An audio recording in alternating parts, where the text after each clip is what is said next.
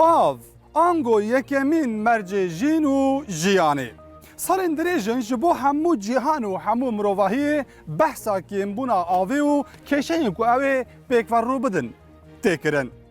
Ji ber germbûna gerdûnê û tehrîbata ku mirovahiyê li wê kiriye, ev kêşe her ku diçe mezintir û lezgîntir dibe. Di mercên heyî da li ser rûyê cîhanê zêdeyê milyarek kes dibin gefa bêaviyê da dijîn. Li gorî rêxistina parastina jiyana xwezayî di sala 2005 da li ser rûyê cîhanê wê nîvê nüfusa xelkê tuşî qeyraneke gelekî mezin ya bêaviyê bibe. Li Tirkiye û Bakurê Kurdistanê jî ew lezgînî êdiye gihîştiye ber derê xelkê. Nebûna berf û baranê hişkayî û bejayî dike ku li seranserî welêt av bimiçiqe. Niha bi taybetî ji bo Stenbolê ew xetere herî nezîk û herî lezgîntir bûye. Ji ber ku ava li bendavên bajêr hindik maye bi temamî bikişe. Ev derjî yek ji bendavên Stenbolê ye û weke de dîmenan da jî xuya dike, av jê kişiyê û bendav hêdî hêdî cihê xwe terxan dike. Pêdiviya ava Stenbolê ji heft bendavên li derdora bajêr tê berhevkirin.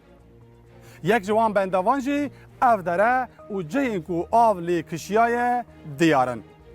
Li van heft bendavan rêjeya avê niha daxetiya asta herî kêm ya 15 salên dawîn. Ev kember jî beriya 15 salan di binê avê da bû.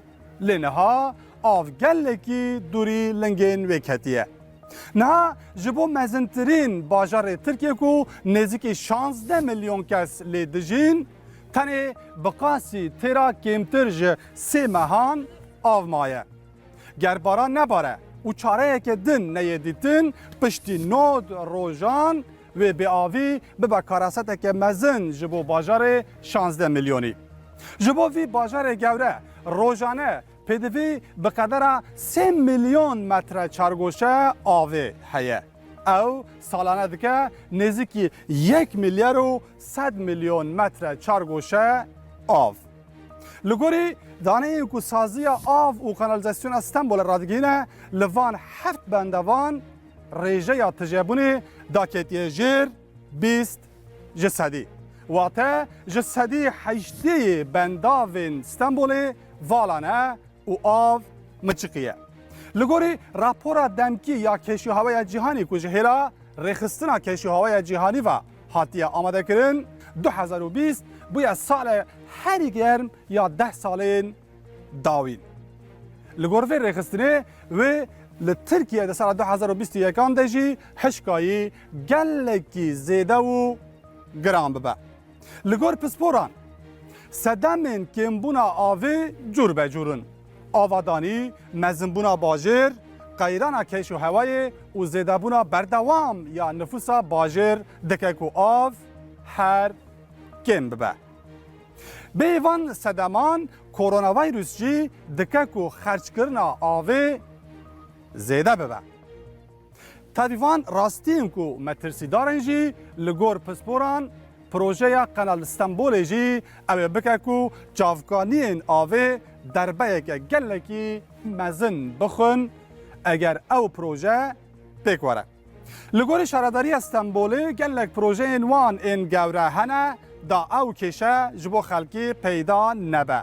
Lê ew projeyên ku behsa wan tê kirin 3-4 sal jê re hene da ew têkevin meriyetê.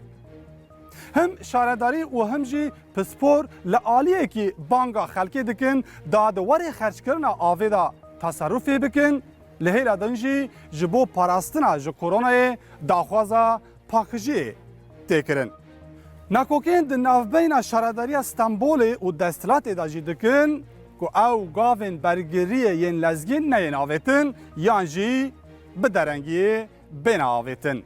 Helwesta mirovahiyê ya li hemberî xwezayê di van salên dawîn da weke tofanên cûr be cûr li cîhanê vedigerin. Bi gotineke din, qirêjkirina ku em berdewam li vê gerstêrka gilover dikin ji bo medbe kareset û vedigere. نهاجی وک دوماهیا و هلوستا ایریشکار لهمبری خوزای به آوی دبا میوانه که هیچ نبخیر ولبر در ما همو مروفهین لسر روی جهان پال داده